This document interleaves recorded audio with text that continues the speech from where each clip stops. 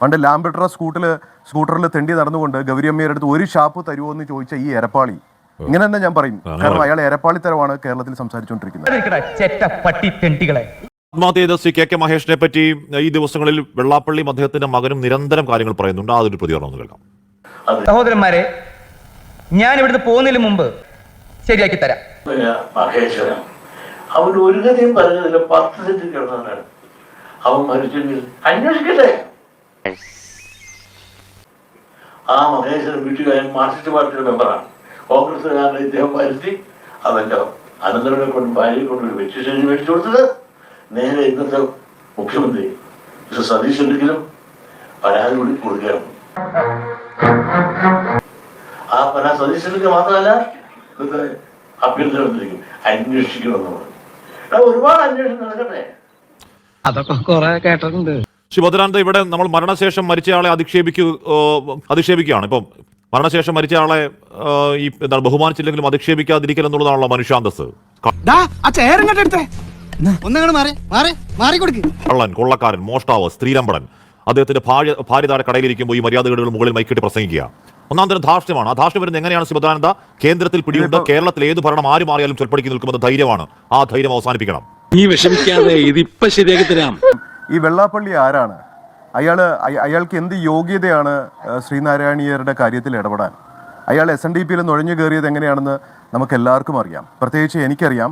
അയാൾക്കെതിരെ ആരും ചോദിക്കാനും സംസാരിക്കാനും ഇല്ല എന്നുള്ള ഹുങ്കാണ്. പ്രത്യേകിച്ച് നമ്മുടെ ശാശ്വതികാനന്ദ സ്വാമിയുടെ അവിടെ തെണ്ടി നടന്നിട്ട് എരന്ന് പിടിച്ച് മേടിച്ചിട്ടുള്ള ഒരു പൊസിഷനാണ്.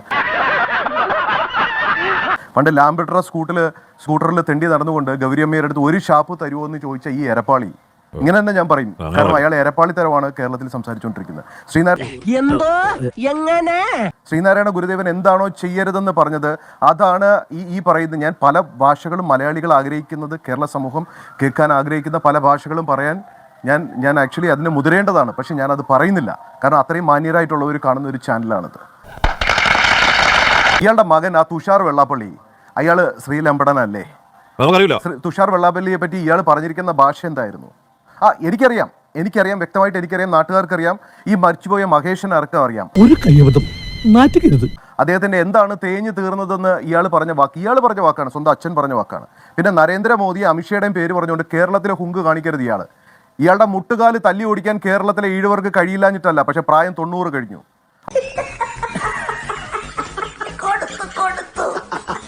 ആ പ്രായത്തെ ബഹുമാനിക്കുകയാണ്. ഇനിയെങ്കിലും ഇയാൾ ഈ തന്തയ്ക്ക് പറക്കായ്മ അല്ലെങ്കിൽ ഈ തന്തയില്ലായ്മ ഇവിടെ കാണിക്കാൻ പാടില്ല. കിടക്കുകയാണ്. ശ്രീനാരായണ ഗുരു എന്താണോ പറഞ്ഞത് ഘടകവിരുദ്ധമായിട്ടാണ് ഇയാൾ ഹാഷ്മിജി. നിന്റെ നാക്കിന് എല്ലില്ലാന്ന് എനിക്ക് ബോധ്യമായിട്ടുണ്ട്. പ്രസംഗം വേണ്ട. You just forget about the Swami or the sannyasi part of Bhadranand. But if you are dealing with these anti-nationals, if you are dealing with these criminals, നമ്മൾ ആ രീതിയിൽ തന്നെ ആവണം. ക്രൂരത കൊണ്ട് മാത്രമേ നേരിടാൻ പാടുള്ളൂ.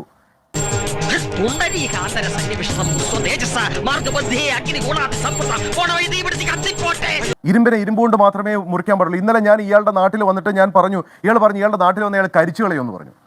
ഇയാൾക്കും ഇയാളുടെ ഗുണ്ടകൾക്കും ഇയാളുടെ മോനും ഇവരൊക്കെ ഒറ്റ തന്തയ്ക്ക് പറഞ്ഞവനാണെങ്കിൽ ഞാൻ ഇപ്പോഴും കൊച്ചി തന്നെയുണ്ട്. ഇന്നലെ 2 ഓലക്കീറോ വെള്ള തുണി എടുത്തോളൂ എന്നെ മൂടാൻ.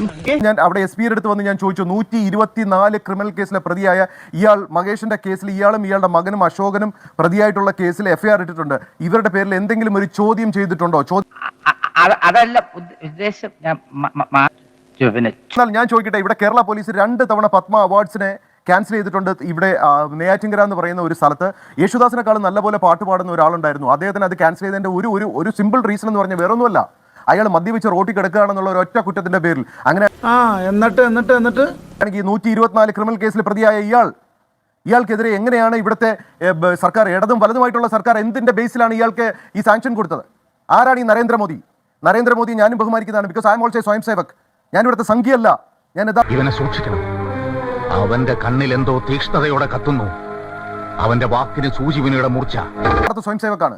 ഇവിടുത്തെ BJPയിലുള്ള അങ്കിൾ ബണ്ണായിട്ടുള്ള ആ രാജീവ് ചന്ദ്രശേഖറും അതുപോലുള്ള ബാക്കിയുള്ളവരും ഈ പറയുന്ന ഈ പിമ്പായിട്ടുള്ള ഇയാളുടെ മകനെ, ഈ മകന്റെ സേവനവും ബാക്കിയുള്ള കാര്യങ്ങളും എല്ലാം സുരേന്ദ്രൻ അടക്കമുള്ളവർ ഇവരുടെ നിന്ന് കൈപ്പറ്റിയിട്ട്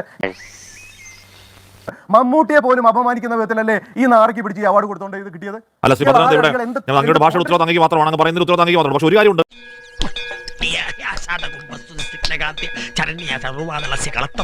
ഇവിടെ ഈ നമ്മൾ ഈ രാജ്യത്തിന്റെ ഈ പരമോന്നത പുരസ്കാരം ഒന്നും നമ്മളെല്ലാവരും ആദരിക്കുന്നതാണ്, വില വെക്കുന്നതാണല്ലേ. ഒരു അങ്ങേക്ക് എനിക്കാണെങ്കിലും അതിപ്പോ അത് കിട്ടുന്ന ആർക്കാണെങ്കിലും അത് രാജ്യം കൊടുക്കുന്ന മഹാപുരസ്കാരമാണ്. ആ പുരസ്കാരത്തെ പോലും ഇദ്ദേഹം അവമാനിച്ചു. എങ്ങനെയാണ് കാശ് കൊടുത്ത് ആർക്കും കിട്ടുന്നത്? എനിക്ക് ഞാൻ മേടിക്കുന്നത് ഹാഷ്മിജി, ഇത് രാജ്യം കൊടുത്തതല്ല, ഇത് ഇവിടുത്തെ BJP-യിലെ എംബോക്കികൾ കൊടുത്ത അവാർഡാണ്. അവർ വിചാരിക്കുന്നത് ഈ പറയുന്ന ഒരു കുലംകുത്തി, ഒരു പരനാറി, ഇതൊക്കെ നമ്മുടെ മുഖ്യമന്ത്രി പറഞ്ഞ വാക്കാണ്. അതുകൊണ്ട് I can use that term. എന്നാലും ഞാൻ പഠിപ്പിച്ചതൊന്നും നീ മറന്നില്ലല്ലോ. അത് മതി. ഈ ഗുരുവിന് തിരുപ്പതിയായടാ, തിരുപ്പതിയായി. ഈ കുലംകുത്തി, ഈ പരനാറി ഈ കസാരയിൽ ഇരുന്നുകൊണ്ട് എനിക്ക് ഇയാളോട് ഇത്രയും ദേഷ്യം വരാൻ കാര്യം, ഒരു പാവപ്പെട്ട ഒരു കുഞ്ഞ്, ആ കുഞ്ഞിന് 5000 രൂപ ക്യാപിറ്റന്റെ അമ്മയുടെ പണി എന്താണെന്ന് ചോദിച്ചു ഇയാൾ. എന്നാലും ഇവൻ ഇങ്ങനെ ഒരു കടുങ്കൈ ചെയ്യുന്ന ഞാൻ വിചാരിച്ചില്ല. പറഞ്ഞു തൊണ്ട് ചെത്തുകയാണെന്ന് പറഞ്ഞു. എന്നാ പിന്നെ നീ നിന്റെ അമ്മയുടെ പണി ചെയ്യുന്ന പറഞ്ഞു. ആ കുഞ്ഞ് ആത്മഹത്യ ചെയ്തു. അന്ന് വെച്ച് കെട്ടിയതാണ് ഇയാളോടുള്ള എന്റെ ഒരു സൗഹൃദം. കുഴപ്പമൊന്നുമില്ലല്ലോ. മോനും നേരെ നിന്നല്ലോ. നിന്നച്ചാ ഇയാൾ ഈഴവ കമ്മ്യൂണിറ്റിയിൽ ആരുമല്ല. അങ്ങനെയാണെങ്കിൽ ഞാൻ ആരായിരിക്കണം? ഈഴവരായിട്ടുള്ള ഞാൻ ഒരിക്കലും ഈ ജാതി സംസാരിക്കാൻ ആഗ്രഹിക്കുന്ന ആളല്ല. ജാതി ചോദിക്കരുത്, പറയരുതെന്ന് പഠിപ്പിച്ച ശ്രീനാരായണ ഗുരുവിന്റെ ആ ചിത്രത്തിന്റെ താഴെ ഇരുന്നുകൊണ്ട് ജാതിയും വർഗീയതയും പറഞ്ഞു നടക്കുന്ന ഇയാള്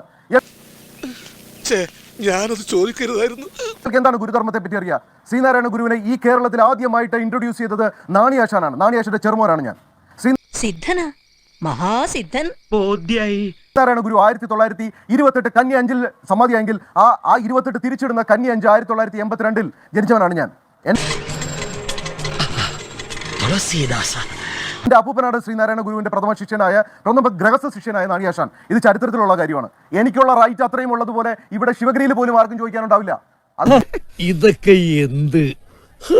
അതുകൊണ്ട് തന്നെയാണ് നമ്മുടെ അവിടുത്തെ ശാശ്വതികാനന്ദ സ്വാമി ആയിക്കോട്ടെ, സൂക്ഷ്മാനന്ദ സ്വാമി ആയിക്കോട്ടെ, സച്ചിദാനന്ദ സ്വാമി ആയിക്കോട്ടെ, അവിടുത്തെ മഹത്തരമായിട്ടുള്ള ഏതൊരു ഗുരുതുല്യരായിട്ടുള്ള സന്യാസികൾ പോലും ഭദ്രാനന്ദനെ അത്രയും മാത്രം ഇഷ്ടപ്പെടുന്നത് അതുകൊണ്ടാണ്. പക്ഷേ അയാൾക്ക് ഒരു തരത്തിലുള്ള സ്പിരിച്വൽ ക്വാളിറ്റി ഇല്ല. അതിനേക്കാളും വൃത്തികെട്ടവനാണ് ഇയാളുടെ മകൻ. ഇത് നരേന്ദ്രമോദി അല്ല, ഇത് അമിത്ഷാജി അല്ല. ആരാണെങ്കിലും ഇയാളെ സപ്പോർട്ട് ചെയ്തിട്ടുണ്ടെങ്കിൽ അവർ അതിന്റെ കോൺസിക്വൻസ് ഫേസ് ചെയ്യും. 50 കിലോ ഉള്ള ഒരു സാധനം അവിടെ കൊണ്ടുവച്ചു. കറുത്ത പൂച്ച, കറുത്ത കാക്ക, കറുത്ത പശു, കറുത്ത എല്ലാ ജീവികളെയും കൊന്ന് ആഭിചാരം ചെയ്യാൻ എക്സ്പേർട്ട് ആയിട്ടുള്ള ഇയാൾ ഇപ്പൊ നരേന്ദ്രമോദിക്ക് കൊണ്ടുകൊടുത്ത ആ കറുത്ത വിഗ്രഹത്തിൽ എന്തുമാത്രം നെഗറ്റീവ് എനർജീസ് ഉണ്ടെന്ന് നിങ്ങൾക്കറിയില്ല. നരേന്ദ്രമോദിയുടെ കട്ട പുകയാണ് വരാൻ പോകുന്നത്. എനിക്കെല്ലാമായി